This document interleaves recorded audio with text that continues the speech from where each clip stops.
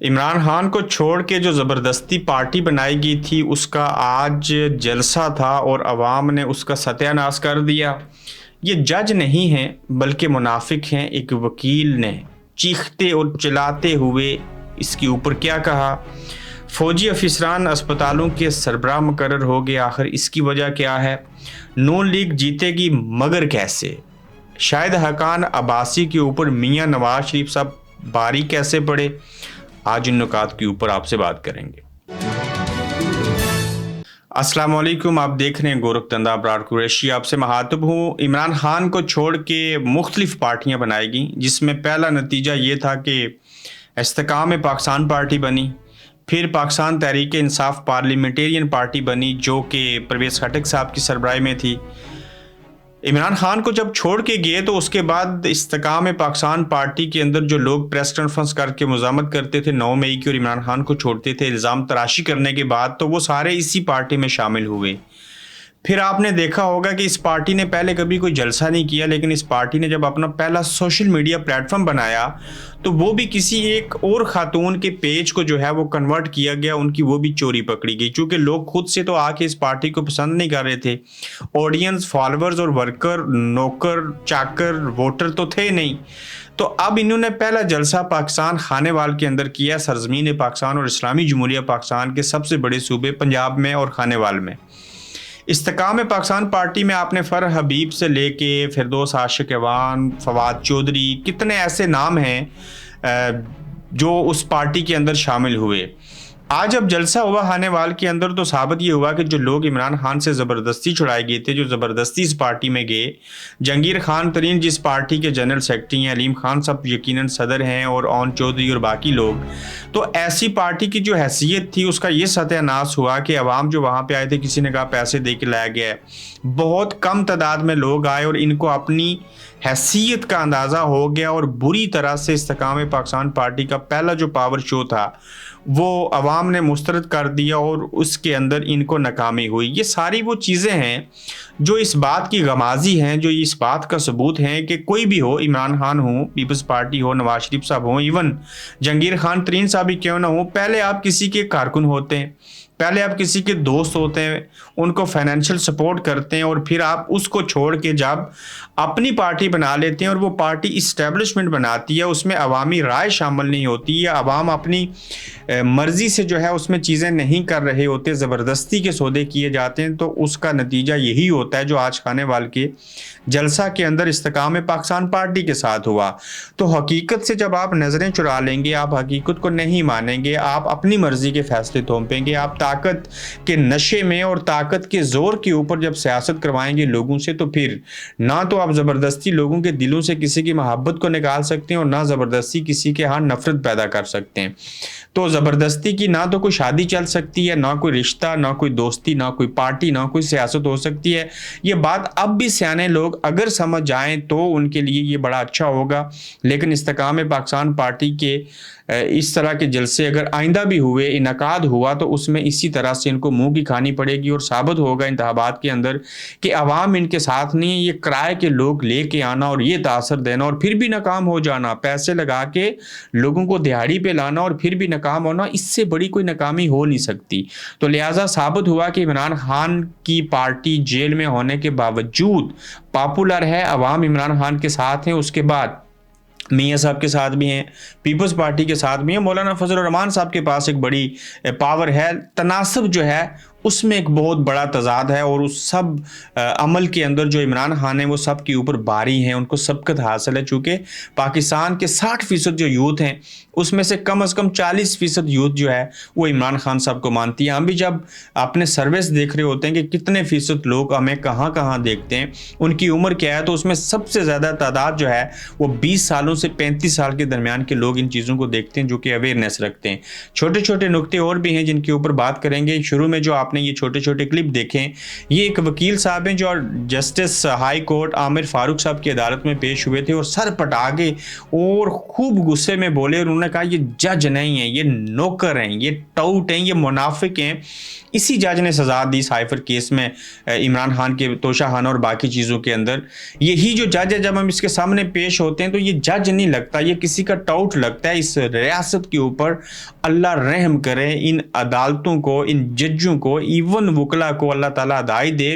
اس ملک کا بیڑا غرق ہے, تو لہٰذا یہ نظام مفلوج پہلے سے تھا, اب بالکل اس کا ستیہ ناش ہو چکا ہے. اور اس نظام کے تحت میں نہیں مانتا عمران خان کوئی میرا لیڈر ہے یا نواز شریف. میں ایک وکیل ہوں, میں خصوصی طور کے اوپر اس کیس میں آیا تھا اور میں یہاں پہ پیش ہوا تھا. تو آج پیشی کے اوپر پتہ چلا کہ میں کسی جج کے سامنے پیش نہیں ہوا تھا. یہ ٹاؤٹ لوگ ہیں, وہ شدید غصے میں تھے, انہوں نے بڑے بڑے الفاظ کہے, جتنا کچھ وہ کہہ سکتے تھے. اور انہیں حیرت ہوئی کہ اسلامی جمہوریہ پاکستان جس ملک کو کہا جاتا ہے اس ملک کی عدالتیں کیسی ہیں, اس ملک کے جج کیسے ہیں. تو انہوں نے غصے کے اندر ان چیزوں کا اظہار کیا. اور یہ اظہار ایک وکیل کی جانب سے ایسا کہنا کہ اس نظام کے اوپر جو ہے ہمیں کوئی بھروسہ نہیں ہے, یہاں کوئی انصاف نہیں ہوتا, یہ عدالتیں کسی کی ملازم بن گئی ہیں, کسی کے خوف میں ہیں, کسی کے ساتھ جو ہے انہوں نے ڈیل کر لی ہے. تو جب عدالتیں آزاد نہ ہوں تو انصاف نہیں ہوگا, جب انصاف نہیں ہوگا تو پھر ملک کے اندر افراتفری ہوگی. اور جو قوم انصاف نہیں کرتی, وہ چاہے مسلمان ہوں, وہ چاہے غیر مسلم ہوں, ان کے اوپر اللہ کا عذاب آتا ہے. وہ دنیاوی حوالے سے خسارے میں ہوتے ہیں, وہ آخرت میں جب جائیں گے وہ خسارے میں ہوں گے. اور برطانیہ کی مثال دیتا ہوں, غیر مسلم ہیں یہ, اس کے باوجود انصاف کرتے ہیں, اور انصاف کرنے کی وجہ سے ان کے ملک میں ترقی ہے. یہیں اپنے ملک میں انصاف کرتے ہیں, باہر کیا کرتے ہیں, ہم نے کوئی ٹھیکہ نہیں لے رکھا. لیکن نیکی کرنے کے لیے, انصاف کرنے کے لیے, بھلائی کرنے کے لیے آپ کا مسلمان ہونا کوئی ضروری نہیں ہے. اس کی وجہ اللہ نے کہا انسانوں کے ساتھ انصاف کرو, آپس میں انصاف کرو. اس میں کسی مسلمان, کسی سکھ, یہودی, عیسائی کا کوئی ذکر نہیں ہے. تو انصاف اللہ کی صفات میں سے بڑی صفت ہے جو کہ پاکستان کے اسلامی جمہوریہ پاکستان جیسے ملک کے اندر ناپید ہے. اور مسلمان ججز جو ہیں وہ انصاف نہیں کر رہے. رانا بھگوان داس جن کا نام تھا, سندھ سے تھے جج. اگر میں کل کوئی پی ایچ ڈی کروں, مجھے عدلیہ کے اوپر کوئی تھیسس لکھنے پڑے پی ایچ ڈی کرتے ہوئے, تو یقین جانیے کہ میں اس بھگوان داس کو ہندو ہوتے ہوئے, اچھا جج مانتے ہوئے, سابق سپریم کورٹ کا جج, میں اس کے اوپر تھیسس لکھوں گا. مجھے ایک جج کا نام بتائیں. ہاں, میں قاضی فائز عیسیٰ کو ابھی دیکھ رہا ہوں, وہ کس طرف جائیں گے, کیا کریں گے, شاید ان کا کہیں نام آ جائے. لیکن میں پاکستان, اسلامی جمہوریہ پاکستان کے اندر سے مجھے تھیسس لکھنے پڑیں تو میں ایک ہندو جج سابق, وہ بھگوان داس صاحب کو سامنے رکھ کے ان کی تعریف کروں گا. ورنہ میرے سامنے کسی اور کا کوئی نام نہیں آتا. وہ ثاقب نثار ہوں, افتخار چودھری ہوں, وہ عمر عطا بندیال ہوں, یا چھوٹے ججوں میں سے شاید بابر ستار کو میں جو ہے وہ اہمیت دے سکتا ہوں. کچھ اور بھی اچھے ججز گزرے ہوں گے, لیکن میرے علم میں ان کا نام نہیں ہے. تو بہرحال مختصر چیز یہ ہے کہ یہ جج نہیں ہیں, یہ منافق ہیں اور یہ ٹاؤٹ ہیں. ایک وکیل اگر خود کہہ رہا ہے تو پھر یقیناً آپ کو اس بات کو ماننا چاہیے.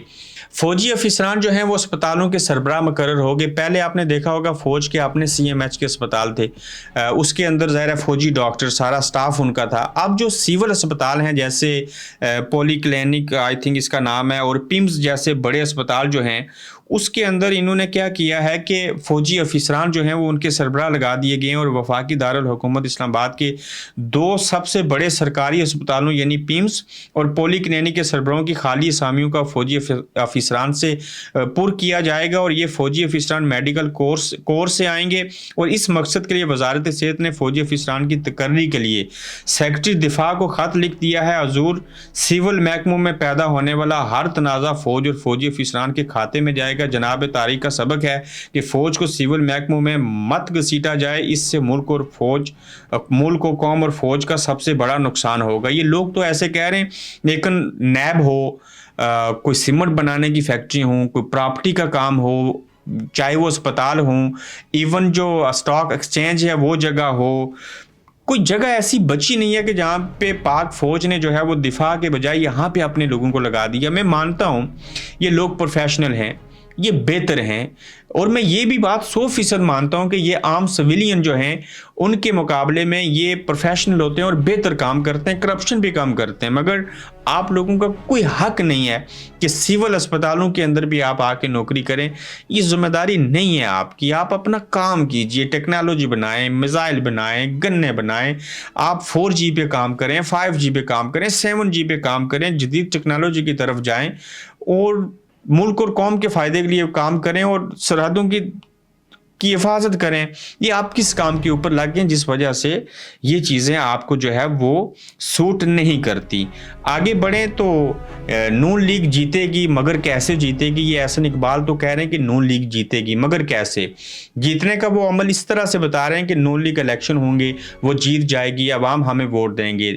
اس مگر کا جو جواب ہے وہ یہ ہے کہ اگر احسن اقبال کہہ رہے ہیں کہ جیتے گی تو پھر وہ عوامی طاقت سے نہیں جیتے گی, وہ ووٹ لے کے نہیں جیتے گی, پھر وہ داندلی سے جیتے گی. اور جس اسٹیبلشمنٹ کے ساتھ آپ لوگوں کی ڈیل ہے, جس نے آپ کو ڈیل بھی دے رکھی ہے, تو اس کے تعاون سے آپ جیت سکتے ہیں, داندلی کر کے آپ جیت سکتے ہیں. لیکن فری اینڈ فیئر الیکشن ہوں تو میں کوئی چاچا ماما نہیں ہے میرے عمران, لیکن وہ ہر 2 صورتوں میں کامیاب ہوں گے اور 2/3 اکثریت سے عمران خان کامیاب ہوں گے.